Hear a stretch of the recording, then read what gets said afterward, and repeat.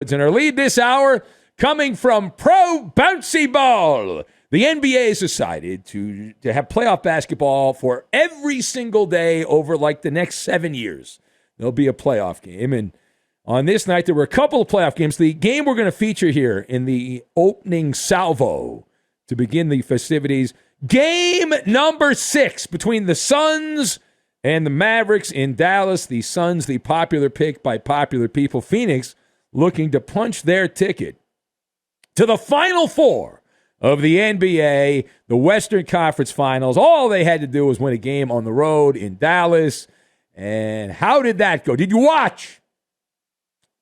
No, you didn't watch? Well, maybe you missed it. There was a bunch of stuff going on. Hockey games going on, if you're into that, all kinds of stuff. So don't worry. As management likes to tell us, Ben, we pay you a lot of money. Your job is to watch the game. So we watch the games so you would not have to. It's our good mitzvah of the day. And Luka Doncic, he played pretty well. Not great. He took a lot of shots, but 33 points, 11 rebounds, 8 assists. He's the headliner. He got her done. And Dallas with a dominating win over the Suns, 113-86, another competitive, nail-biting NBA playoff game. A 27-point home win deep in the heart of Texas. And so the Mavericks square up the books in this series. And Game 7, it's on like Donkey Kong this weekend in Arizona. I love Game 7s. That'll be fun. That'll be good to watch, assuming it's close. You want it close. You want it close fourth quarter. And the tight-tookish syndrome will take over in a Game 7. And that's the cool thing about it. If the game's close, most ball games are lost. They're not won. Now, this game was over about midway through. And the better story in the losing locker room, that would be the Phoenix Suns locker room. So let us discuss the question. What did you make of this latest lifeless road performance by Phoenix in Game 6? So I've got my thoughts on this. Red Cross, tomato can, and combo dish. And we'll tie all of these random things together, and we are going to make some Tex-Mex is what we're going to make. The Suns, you got, there's another one of these games where you get the vibe early. Very rarely are you wrong. And you watch these games early on, you kind of get a feel of how it's going to go. And maybe 1 out of 10 times your gut feeling is wrong, at least with me. I don't know if you're the same way I am. Maybe not. Maybe you're more optimistic than I am. But typically within about 10 minutes or so, I get a pretty good vibe on how things are going to go. And this took a little bit longer, but not much longer. The Suns very kind-hearted in Dallas. They were obliging to the Mavericks. Another performance in the postseason where a team seemed irritated that they had to play this game on the road. They were irritated, but they were not exasperated enough to play with gusto. There was not a lot of gusto from the Suns. It was a sloppy game all the way around. And I call these type of performances by Phoenix in this case, this was a Red Cross type of game. Very charitable. Very, very charitable by the guys from Arizona. Phoenix turned the ball over 22 times. That led to 29 points by Dallas. So 29 points off 22 turnovers. Meanwhile, the Mavs, they gave the ball away a total of just 7 times. And Phoenix got 6 points. So my computer-like mathematical brain, using back-of-the-napkin math, tells me that Luka Doncic's team was plus 22 in points off turnovers. Actually, check that, plus 23. I guess my computer's broken. But it was a hell of a lot. So advantage to the Suns. The self-inflicted wounds. And you compound that, the Suns did not shoot the ball well, less than 40%. Devin Booker was guilty of truancy, shooting the basketball. 17 shots for 19 points, only made 6 of them, and 8 turnovers. A sluggish and charitable Red Cross performance by the Phoenix Suns. Now, part B of this, let's get down to business. Does Phoenix have a CP3 problem? What's the Suns' level of concern for Chris Paul's latest El Stinko performance? So the MALLER scale of concern, 1 to 10, with 10 being, oh my God, we're screwed. For CP3, I'm at a 9. Chris Paul continues to be a passenger. He's not a driver. He's the conductor who's out of tune with the orchestra. And we are watching the aging process in front of our eyes. I realize it's taboo. You're not supposed to talk about this. Every time I bring this up, oh, no, you shouldn't say that, Ben. Chris Paul is beloved by the media elites in the NBA. I have no horse in the race on this. I don't. Not a Mavericks fan. I'm not a Suns fan. I'd like to see Dallas win, but would that change my life in any way? No.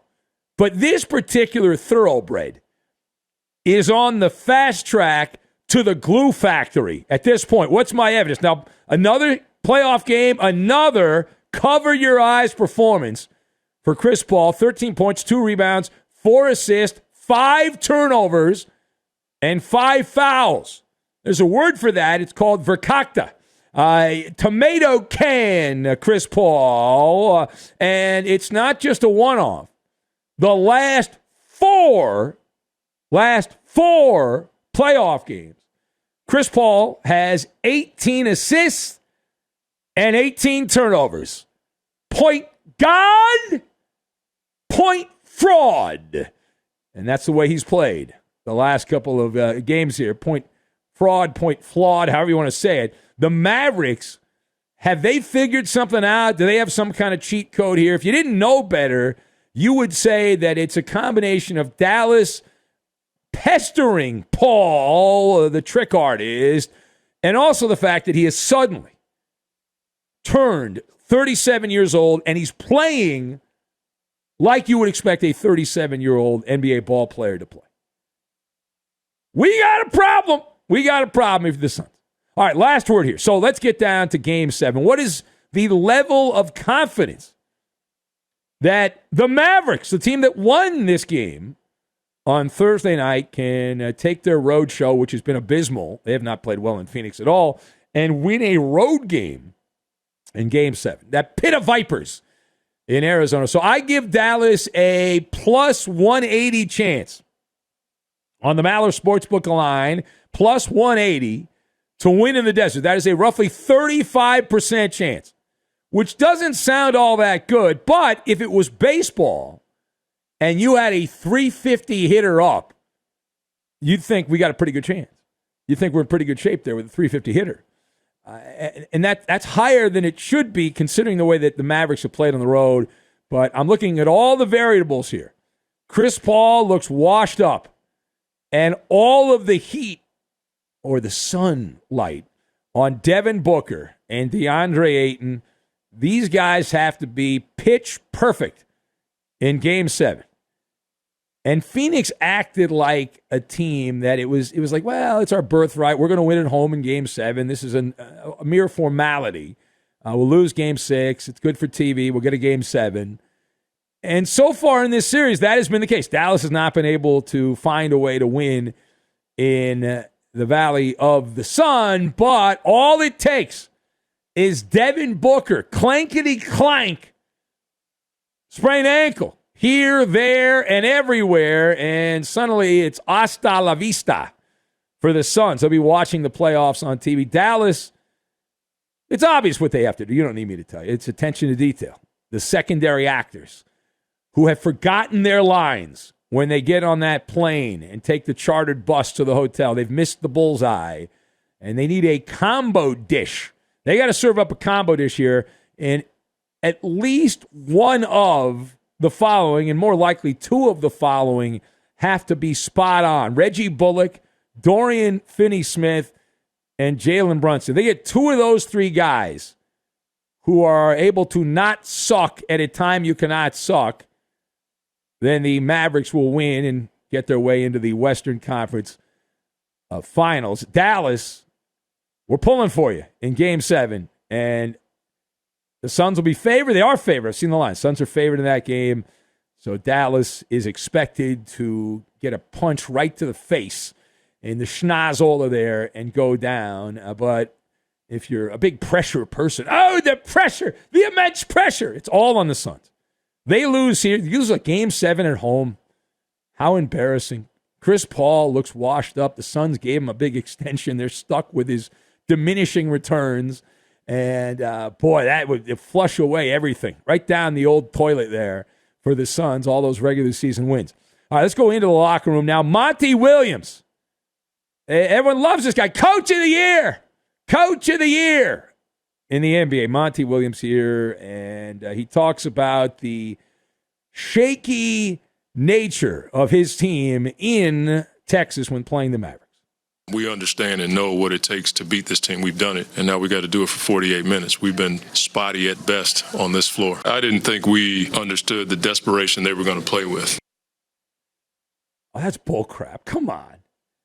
I mean, how many times do we have to say – no, seriously. I mean, every coach – I know they have to say something, and they're asked the same questions, and they have to come up with an answer. But seriously, we hear this all the time. Like every time a team loses when they're – up in a playoff. I don't think we anticipated that the other team was going to play hard. Really? What are you, stupid? All right, anyway, let's go to CP3, the washed-up point fraud of the Phoenix Suns, and you'll hear the question and the answer. It's all about messaging, according to the question and the answer. Do you impart any kind of message to the guys after the game going into this thing, seeing that you do have experience in Game 7s? No. Honestly, no. I don't like to be that dramatic. You know what I mean? We got a couple days finally. You know what I mean? Finally not playing every other day. You know what I mean? We got a couple days to let this sit and let this marinate, and we'll talk, man. But at the end of the day, it's basketball. It's not life-threatening or anything like that. So guys will get ready, and we'll be ready for Sunday.